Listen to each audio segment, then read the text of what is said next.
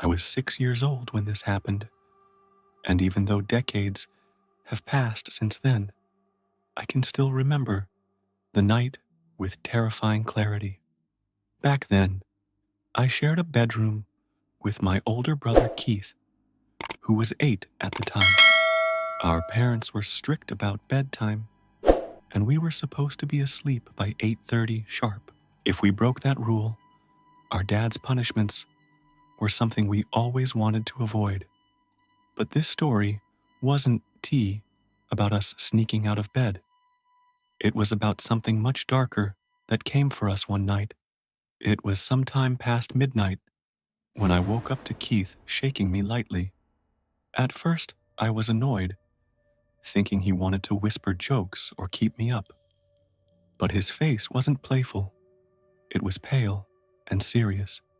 He whispered for me to be quiet and to listen. Still half asleep, I didn't understand what he meant until I stopped breathing and listened closely. That's when I heard it, our mom's voice, faint but clear, drifting up from downstairs, calling our names in a soft, almost whispering tone. At first, I wasn't scared. Why would I be? It was Mom's voice, warm and familiar, asking us to come downstairs. I even started to get up, but Keith grabbed my arm and hissed that it wasn't her. His words sent a chill down my spine. I told him to stop trying to scare me, but the look in his eyes told me he wasn't joking. He dared me to go listen closer. So, against my better judgment, I crept toward our bedroom door, straining to hear. The hallway outside our room was short, and at the end of it was the door to the staircase. I pressed my ear against it, heart pounding, and the voice came again. Keith, Mikey. Soft, drawn out, almost coaxing. The way she said our names didn't sound quite right. It was off, stretched too long, too low, like someone imitating her voice. My stomach turned as I whispered back to Keith that it was definitely Mom. But deep down, even at 6 years old, I could feel something wrong in that sound. Against my brother's protests, I unlocked the door to the staircase and pulled it open just a crack to peek. That's when I saw it. At the bottom of the stairs, standing in the dark, was the silhouette of a woman. The faint glow from a window lit just enough of her outline for me to recognize the shape. She was standing still, facing up toward me. And then, in that same whispering voice, she said, "Come down, sweetie." I slammed the door shut and locked it again, my tiny hands shaking so badly I could hardly turn the latch. I backed away into the room, tears welling up, while Keith stared at me with wide, knowing eyes. "I told you," he whispered. We didn't waste another second. Together, we locked our bedroom door, climbed onto our beds, and started screaming at the top of our lungs for Mom and Dad. Our stomping and shrieking echoed through the house until finally, our parents came rushing up the stairs. When they banged on our locked door, I remembered Dad's voice sounding angry at first. But the moment we let them in, and they saw our faces, the anger disappeared. My mom knelt beside me, brushing away my tears, asking what happened. We told them everything. The voice, the silhouette, the way it called our names.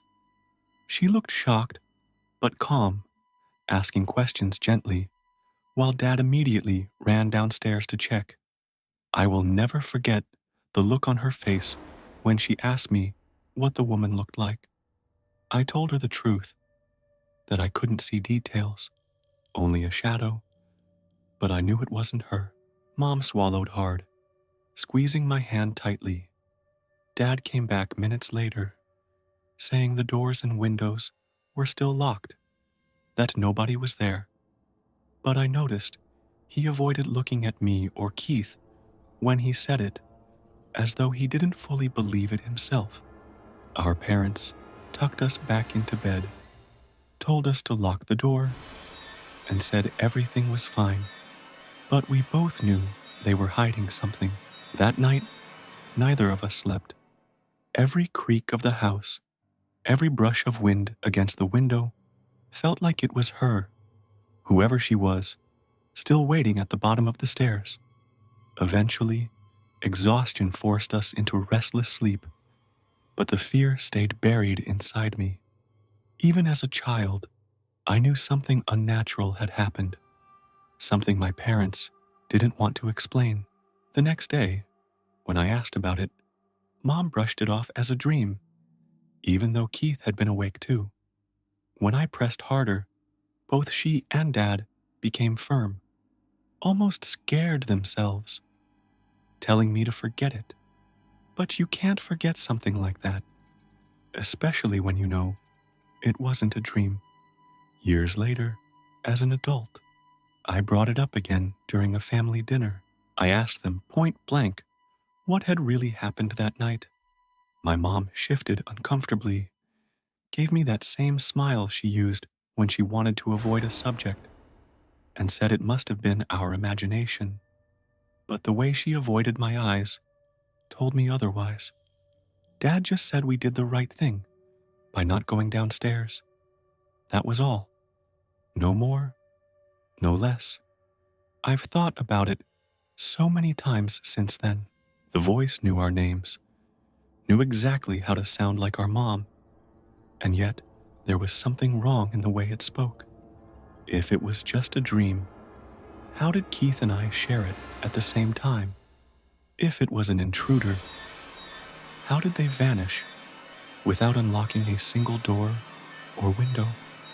And most of all, what would have happened if we had gone down those stairs? To this day, whenever I wake up in the dead of night and hear silence pressing against the house, I can almost imagine that voice whispering again. Sometimes, I wonder if it's still out there, waiting for me to open a door, to take that final step into the darkness. And deep down, I think I know that if I had listened that night, if I had obeyed that voice, I wouldn't be here to tell this story.